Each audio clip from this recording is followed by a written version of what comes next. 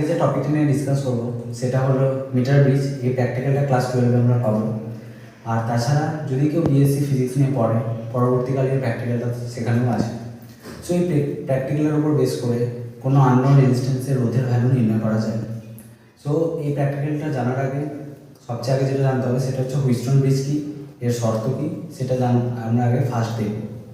1843 খ্রিস্টাব্দে বিজ্ঞানী Charles Wheatstone এই হুইস্টন ব্রিজ যন্ত্রটি উদ্ভাবন করেন। রোধ মাপার জন্য এই যন্ত্রটি ব্যবহার করা হয়। সো এই যন্ত্রটা দিয়ে কীভাবে এর শর্ত কী সেটা আমরা দেখব। সো ফার্স্টে আমরা একটা ছবি দেখতে পাচ্ছি যেখানে একটা পরিবাহী রয়েছে, চারটে পরিবাহী রয়েছে। এবি যার মধ্যে রোধ পি, বিসি পরিবাহী যার মধ্যে রোধ কিউ, সিডি পরিবাহী যার মধ্যে রোধ এস, এডি পরিবাহী যার মধ্যে রোধ আর। সো এই চারটি রোধ যেখানে P Q R P Q শ্রেণীতে, আর এস শ্রেণীতে ও ওই দুই রোধ বাহু সমান্তরালে যুক্ত আছে। বি ও ডি পয়েন্টের মাঝখানে একটা গ্যালভানোমিটার যুক্ত আছে। গ্যালভানোমিটার হচ্ছে যার মধ্যে দিয়ে কারেন্ট যদি পাস করে সো ওটার রিফ্লেকশন হয়। এটা আমরা দেখবো প্র্যাকটিক্যাল যখন করবো মিটার ব্রিজে, গ্যালভানোমিটার ইনস্ট্রুমেন্টটা দেখবো। আমি ছবিতেও একটা গ্যালভানোমিটার দেখানোর চেষ্টা করছি। সো এটার দিয়ে কারেন্টটা দেখা হয় যে কারেন্ট জিরো না কারেন্টের ভ্যালু একটা আছে, মানে কারেন্ট মাপার যন্ত্রে ব্যবহার করা হয় এখানে। আর এআরসি পয়েন্টের সাথে একটা চাবি দিয়ে একটা আমরা তড়িৎ কোষ যোগ করেছি। সো এখন কি হয় না, কারেন্ট, টোটাল কারেন্ট আই যেটা দুভাগে ভাগ হয়, আমরা এর আগে পড়েছি, আগের ভিডিওতে ডিসকাস করেছি শ্রেণী সমবায় সমান্তরাল সমবায় সম্পর্কে। সো এখানে কারেন্ট দুভাগে ভাগ হবে, I1 I2। I1টা ধরে নিচ্ছি আমি এবি বাহু দিয়ে যাচ্ছে, I2টা যাচ্ছে এডি বাহু দিয়ে। এখন so A B C D চারটে পয়েন্ট যার মধ্যে আমরা বিভব প্রভেদ ধরে নিচ্ছি ভিএ, ভিবি আর ভিসি এন্ড ভিডি। এখন ওহমের সূত্র অনুযায়ী আমরা পড়েছি লাস্ট ভিডিওতে I = V বাই আর, যেখানে ভিটা হচ্ছে বিভব পার্থক্য। সুতরাং ফার্স্ট এবি পরিবাহিতার জন্য রোধ হচ্ছে পি আর বিভব পার্থক্য হচ্ছে ভিএ মাইনাস ভিবি। কারণ আমরা জানি কারেন্ট উচ্চ বিভব থেকে নিম্ন বিভবের দিকে যায়। সুতরাং VA is always greater than VB, যেহেতু কারেন্টের দিক এ থেকে বি এর দিকে। তাহলে I1 আসছে VA minus VB divided by A আর বি পয়েন্টের মাঝখানে একটাই রোধ আছে যার ভ্যালু হচ্ছে পি। আবার বিসি বাহু দিয়ে I1 কারেন্ট যাচ্ছে, সো আমরা লিখতেই পারি ওটা equals to VB minus VC divided by Q, কারণ পি আর সি পয়েন্টের মধ্যে একটাই রোধ আছে কিউ। সেখান থেকে আমরা পি বাই কিউ এর অনুপাত নিয়ে নিচ্ছি, ভ্যালু আসছে VA minus VB divided by VB minus VC. এখন আবার ওহমের সূত্র অ্যাপ্লাই করছি নিচের পোর্শনটার জন্য। নিচের পোর্শনে ধরে নিয়েছি আমরা I2 কারেন্ট যাচ্ছে। সো I2 ইকুয়ালস টু এডি বাহুর ক্ষেত্রে ভিডি মাইনাস ভিএ ডিভাইডেড বাই আর, অর্থাৎ ভি বাই আর, কারণ আমরা জানি রোধ উচ্চ বিভব থেকে নিম্ন বিভব থেকে যায়। সুতরাং VA minus VD divided by AD বাহুর মধ্যে একটি রোধ আছে আর। আবার এই কারেন্টটা যাচ্ছে ডিসি বাহু দিয়ে।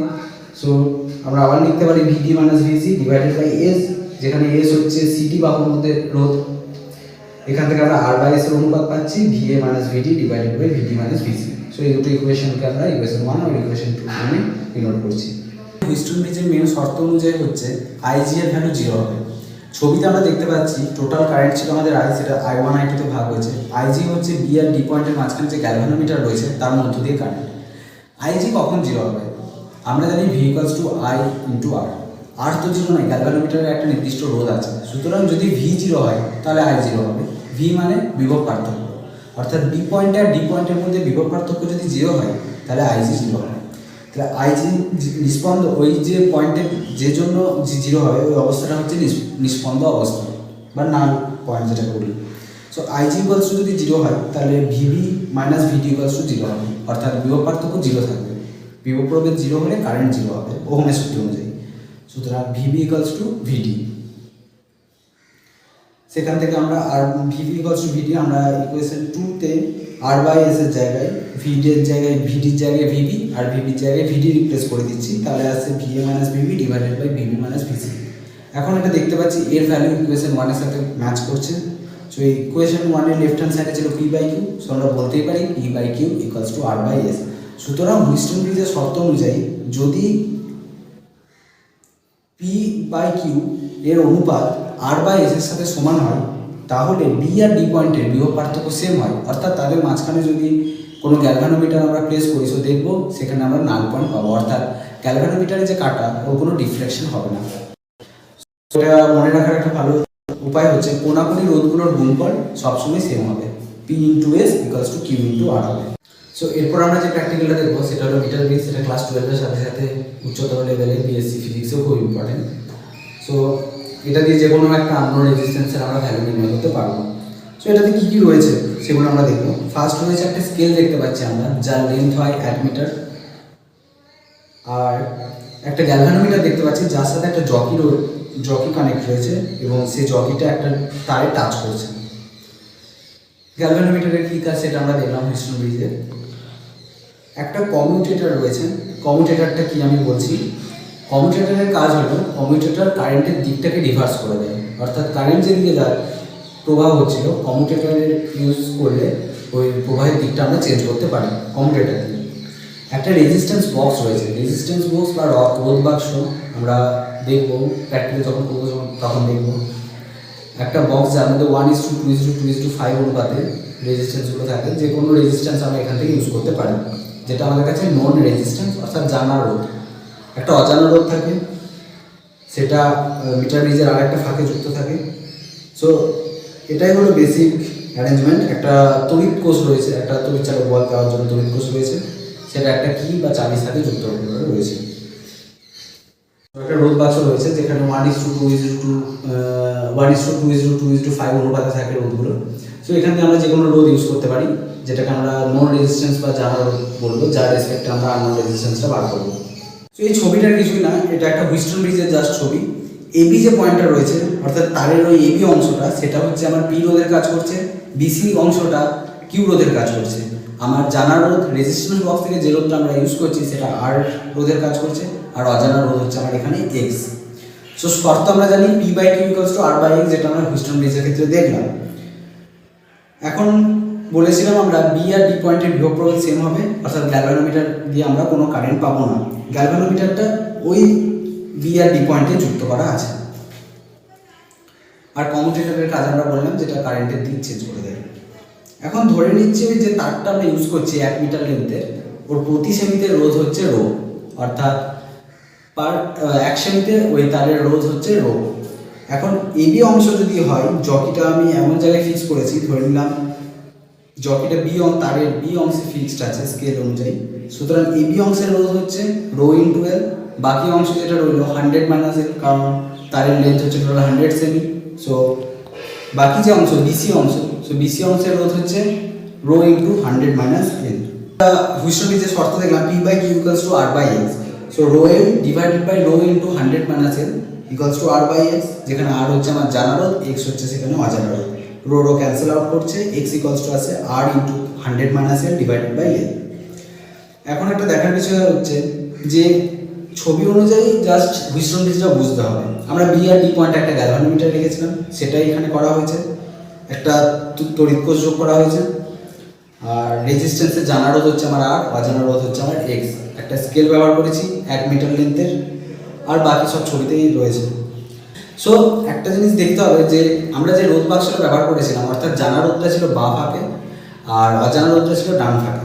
যদি এই দুটোকে আমরা ইন্টারচেঞ্জ করি, অর্থাৎ অজানা রোধটা ডান দিকে আর জানা রোধটা বাঁ দিকে চলে আসে, দেন যদি আমরা হুইস্টন ব্রিজের শর্তটা অ্যাপ্লাই করি, তখন আমরা দেখবো এক্স এর ভ্যালু আসে R into L by 100 minus L. সেটা ক্যালকুলেশন করলেই পাওয়া যায়। এখন প্র্যাকটিক্যালি কীভাবে ডেটা নিতে হয় সেটা আমরা দেখবো, জিনিসটা বুঝতে পারলাম। আর কমিউটেটরের কাজটা কি না, কমিউটেটরের দিকটা পরিবর্তন করে দেয়। সো দিকটা কেন পরিবর্তন করবো? আমরা জানি জুলের সূত্র অনুযায়ী H সমান I²RT, যেখানে I হয় তড়িৎ প্রবাহ মাত্রা, R হয় রোধ এবং T হচ্ছে টাইম, H হচ্ছে টোটাল উৎপন্ন তাপ। সো H সমান I²RT, এই জিনিসটা যে ইরিভার্সিবল সেটা প্রমাণ করার জন্য কমিউটেটর ইউজ করা হয়, অর্থাৎ কারেন্টের দিকের ওপর এই H এর ভ্যালু নির্ভর করবে না, সেটা দেখানোর জন্য এই কমিউটেটরটা ইউজ করা হয়। সেটা মনে রাখতে হবে, যেটা ভাইভাতে অনেক সময় ধরে। ডেটা কীভাবে নিতে হয়? তো আমাকে এল এর ভ্যালুটা নিতে হবে।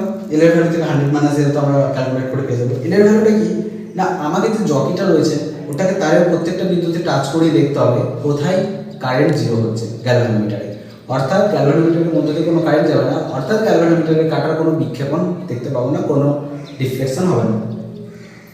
সো সেটার ভ্যালুগুলো মেজার করতে হয় এল, সেটার ভ্যালু পাবো আমরা এল। সো ডেটা কীভাবে নিতে হয় সেটা আমরা দেখবো। তো একটা রেজিস্ট্যান্স ফার্স্টে টেবিলটা আমরা দেখতে পাচ্ছি, serial number, resistance, before interchanging, after interchanging and mean value of the unknown resistance. So serial number আমরা 3টে ধাপে 4টে ধাপে, যত পর্যবেক্ষণের সংখ্যা বাড়বে তত রেজাল্টের অ্যাকুরেসি বাড়বে। রেজিস্ট্যান্স একটা জানা রোধ নেব, যেটা আমরা রোধ বাক্স থেকে তুলব। বিফোর ইন্টারচেঞ্জিং আমি ধরে নিচ্ছি যে আমরা প্রথমে রেজিস্ট্যান্স বক্সটাকে মিটার ব্রিজের বা ফাঁকে রেখেছিলাম আর অজানা রোধটাকে ডান ফাঁকে রেখেছিলাম। সুতরাং ফর্মুলা আমরা দেখলাম যেটা করেছি, x ইকুয়ালস টু আছে r into 100 minus l divided by l।